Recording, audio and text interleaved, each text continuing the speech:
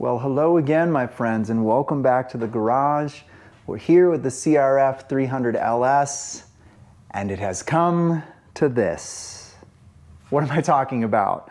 So we have reached a point with the CRF that I have heretofore been resistant to accept, but alas, we are here. And I don't know why I'm suddenly speaking like I'm in a Shakespearean play or something, but perhaps I am just a man of infinite jest of most excellent fancy. So what am I talking about? I'm talking about the throttle. If you watch videos about the CRF300LS or the 300L or the Rally, the general consensus amongst the intertubes has been that this is a great bike, but there has been this one nagging and persistent issue with the bike, and that is the throttle. Now, many people have talked about it. This bike does have a very twitchy throttle. But what does that mean? Well, for me, what that means is that the slightest amount of input, either rolling on the throttle or rolling off the throttle, the bike responds very aggressively.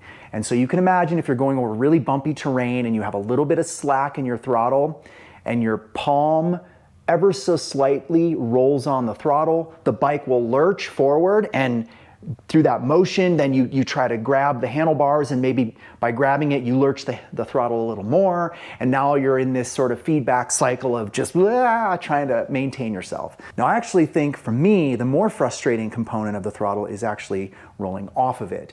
So I'll be going down, say, a neighborhood street in third gear or something, 30 miles an hour, and I'll let off the throttle, and immediately it feels like someone's pressing the brakes. That's what it feels like. And blame that on what you will. Some people blame that on EPA regulations and manufacturers trying to get the bikes the highest publishable gas mileage as possible. And that's certainly, I'm sure, a part of it. It is what it is. This is just a thing with the bike. It does not happen nearly as aggressively on the Himalayan. It's there a little bit, but definitely not to the extent that it's on the Honda. I talked about this a lot. I talked about it here. Basically, the throttle on this bike is aggressively responsive, I'll say. And here, the throttle is twitchy. It's really twitchy. The slightest little bit of input either way, you're either lurching forward or lurching backward. And it takes some getting used to. And also here. I really got to do something about my throttle because it has gotten super twitchy. Now, I've been very transparent with all of you about wanting to solve this problem mechanically. I've spoken a couple of different times about how I just don't really like the idea of tweaking with the ECU, so I've talked about it here. I don't want to mess with the computer just yet. You put a new computer on, it reprograms your check engine light, it does all sorts of things. You know, I'm just a little nervous about that. And also here. Now, I do know that some people have changed the ECU out on this bike to try to handle the twitchy throttle. I'm not a big fan of swapping out the ECU. I know it reduces the gas mileage and just messes with the computer and messes with the check engine light. Putting a remapped ECU on the bike, not only does it change things with the bike that are not related to the throttle, so it changes the way the check engine light works, it changes your gas mileage because it's making the bike run richer. That just kind of bothers me a little bit. As a scientist myself and a former engineer, I like to think that the engineers at Honda, in their infinite wisdom, program the ECU the way they do because in their expert assessment, that is the way the bike is designed to run. And I know a lot of you are like shaking your heads right now going, they don't know what they're talking about. It's all because of the EPA. But I like to think that the mapping you get has been tuned and is ideal for the bike that you're running. And so that's why I've been hesitant to mess with the ECU. And so the way that I tried to address this problem is first, and very importantly for all of you watching, definitely tighten up your slack on your throttle. Your adjustment here on the handlebar, get it so that your slack is as tight as you can possibly get it while still being able to move the handlebars in both directions and snap the throttle, right? So that's the first thing, definitely do that. I did do that and it seemed to help the problem. But then I thought I'm gonna put on a throttle tamer. So I was gonna put new handlebars on the bike anyway, and so I bought a, quote, throttle tamer, which is supposed to help address this problem. And I'm going to tell you straight up, do not waste your money. The throttle tamer did not work. It's a gimmick. It did nothing. In fact, I actually think that it made the problem worse.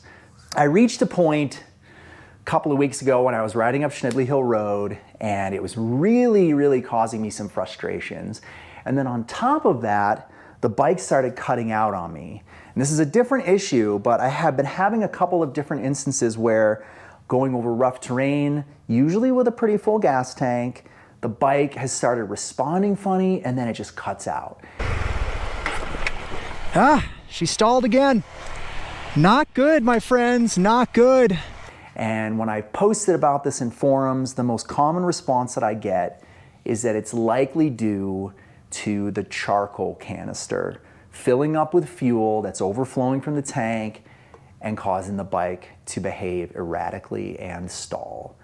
Now the problem is, if I remove that canister, it's gonna trip a check engine light. I haven't wanted to remove that canister, but now I'm starting to think about that as well. So all this is to say, I reached a point, alas, where I decided I wanted to try to swap out the ECU with a 550 performance ECU to see if it helps the problem. And what I'm gonna do is I'm gonna take the bike out as it is now and really try to capture on camera what I mean when I talk about this twitchy throttle. It's hard to capture it, it's hard to really relay that information to someone watching, but I think you'll get a sense of kind of what that looks like, at least a little bit. You're not gonna obviously be able to feel it, but I'm hoping that I can at least explain to you what's happening on the bike. Then we will come back, we'll take the panels off, we'll put the new ECU on, we'll take it out for a ride, see if it does anything. And I gotta tell you, I'm feeling very cynical. I'm feeling like I'm gonna put this thing in and it's not really gonna matter. And all it's gonna do is make my gas mileage go down, tweak some things, probably make my check engine light come on or something. And I know I'm being very cynical, but I'm hoping it works. It was a couple $100, but if it doesn't, it doesn't. I've learned to live with the throttle as is. I can still deal with it. I'm not gonna sell the bike. It's been a year, I've kind of come to terms with it, but I'm hoping this solves the problem. And if it does solve the problem, I will happily take the 2 or 3 miles per gallon cut that I get. You know, there's another thing here that I failed to mention as well, is that this bike runs really hot. So the right side of the bike here, I mean, it gets cooking hot when I'm riding this thing on long trips, to the point where I can really feel it in my right leg. That fan kicks on the radiator, and you know, I just feel like it's not good for the bike, and that's because the bike is tuned to run so dang lean. If I can make this bike run a little richer, a little cooler, I think that's also a nice benefit of putting in this ECU. So the long story TLDR there is, I want to fix the twitchy throttle more than anything, but also I'm thinking about removing my charcoal canister, and I'd like the bike to run a little bit cooler. So let's get on the bike and I'll see if I can try and relay to all of you how the bike behaves with its throttle. Let's get out there. All right, so while we're sitting here, I again just want to show you how I have the throttle tightened up. In the standard formation, I've got a little bit of slack here, which is pretty standard. It snaps nicely. If I go to the far left, there's still a teeny little bit of slack. Snaps fine, but if I go all the way to the right, this is where it's fully tight. There's no slack whatsoever, but it still snaps. So I really can't go any tighter with the throttle. Cruising along, right? And then if I touch the throttle, it immediately lurches me back. Immediately forward, immediately back, right? So and I'm barely touching it. Like, you can see that. Like, I'm not exaggerating that. I let go and my body lurches forward. And so if you can imagine you're standing up and your hand is bouncing around a little bit because you're going over rocks, you're doing this. And it's really frustrating. And obviously, I don't want it to just coast. I want there to be some engine braking, but it's like to the point where when I come up to traffic lights, I don't even have to apply the brakes. I just literally downshift and I don't have to brake at all. That's how forceful the deceleration is. And you can see, like, I barely touched it. That's how jerky it is. And so you've got to just be really gentle with the throttle, but also always be on the clutch. And that is fine if you like that sort of thing and you like the complexity of doing all that dance. But if you're on some really technical terrain and you're 98% focused on the terrain, you don't want to be thinking about like all these like subtle clutch movements. Let's get back to the garage and swap it out and see what we can see what we can feel on the bike, see if there's any noticeable improvement, and whether or not it's actually worth the reduction in gas mileage.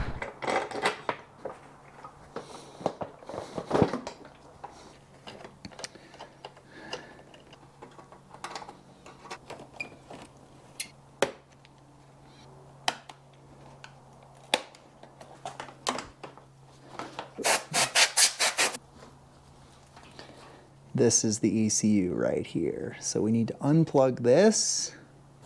Gonna remove this first. I do think I'm gonna unbolt this one here just to see if I can give myself a little bit more room. Wiggle room, yeah. There it is. It just took a little caressing, a little bit of wiggling back and forth. It's in this little like rubber boot. I can show y'all. There's this little rubber boot right there, and this was just wedged down into that rubber boot. So yeah, taking that one bolt off definitely helped. Here we go. I'm just gonna, actually, before I do that, I'm gonna unplug the negative terminal of the battery. Pop right off. There it goes. We can go ahead and remove this. There we go. So it's just, there's a little, bring it in here. You push on this little button here and then just slide, pop it right out. There is something that's worth noting about upgrading an ECU, and that is technically, at least in the United States, it will now be illegal for me to ride this bike out on the road. Yet another reason why I've been hesitant to do it. I know nobody cares, nobody polices that, no one's gonna like check your ECU, but technically, even the sticker on the thing here says, for closed course circuit only. By modifying the way the bike is built from the factory, especially the computer, you have rendered the bike illegal for public roads. But you can definitely see this is absolutely the ECU. So we've got the right thing here. Just to double check that we're putting in the one that I think we're putting in, since I don't have any of the other mods on the bike. This is the paperwork that I got with it. And you can see right here it says 91 stock improved. So this isn't stage 1 or stage 2, this is just factory everything. Hopefully fixes the throttle issue. And that's that. We just gotta put it back in now, into this little boot. Cool, I'm gonna bolt everything back up.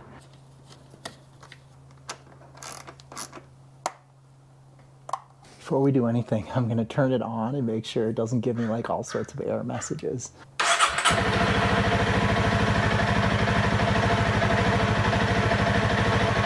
Well, it's running. No check engine light, that's good. Good enough to convince me to put things back on and take it out for a test ride.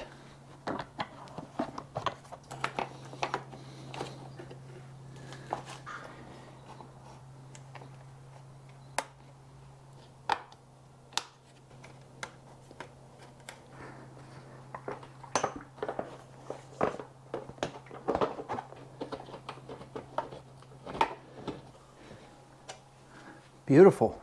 Let's fire it up. Make sure we don't get any engine lights. Running fine. Doesn't seem to be weird. So that's good. Let's go for an honest assessment.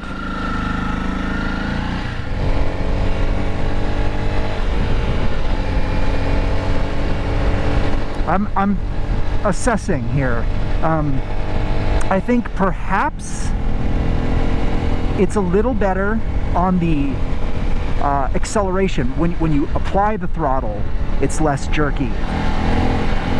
Yeah, so you can see me moving the throttle here a decent amount, but the bike is responding more subtly. Like doing that before, the bike would be going back and forth pretty quickly, and I feel like it is taking my inputs and sort of smoothing them out a little bit, although I still would say it's pretty subtle. I don't think it's necessarily like this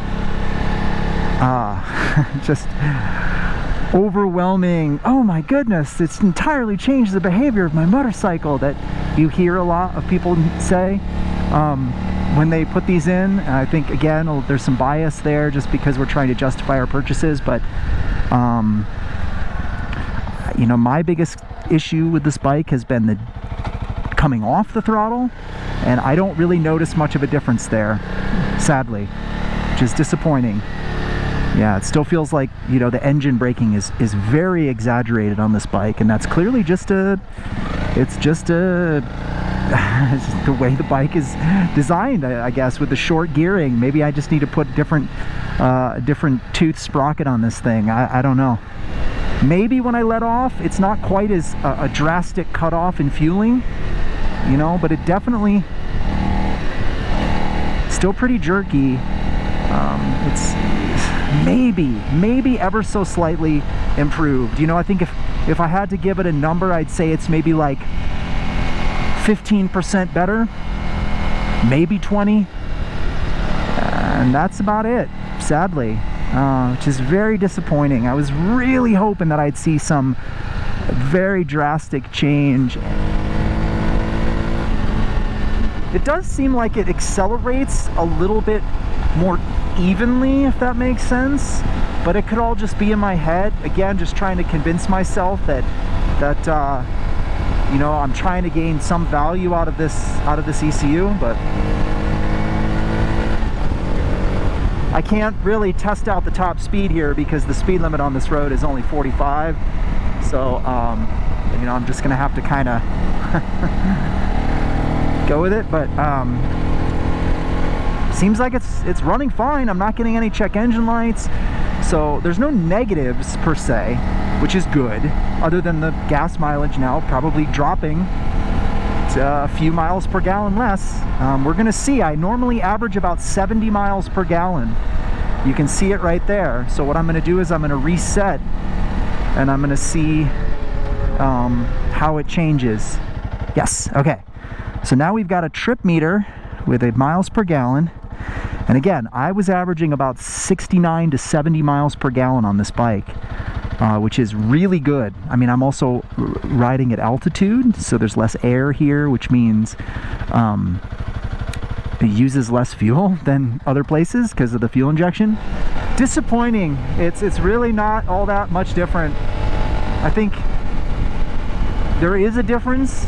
I can definitely tell there's a slight difference, especially on the acceleration, but I do not, it's not profound enough where I think it justifies the cost of this device.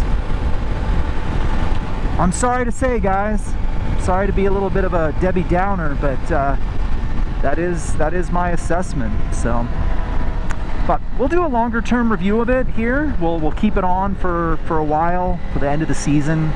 I'll take it on some longer rides. I'll take the bike up to highway speeds, get a sense of, you know, is it behaving better at speeds? Try to get a sense of how hot it's running. It's definitely not hot at all on the right side. My leg is not warm, and usually by now my right leg would be getting hot, and it's not. So I suppose it is running cooler, which I think is a good thing. Did it change? I think so. Very slightly, especially on the acceleration side of things. It's a little bit more smoothed out, but man, it is subtle. So that's it, folks.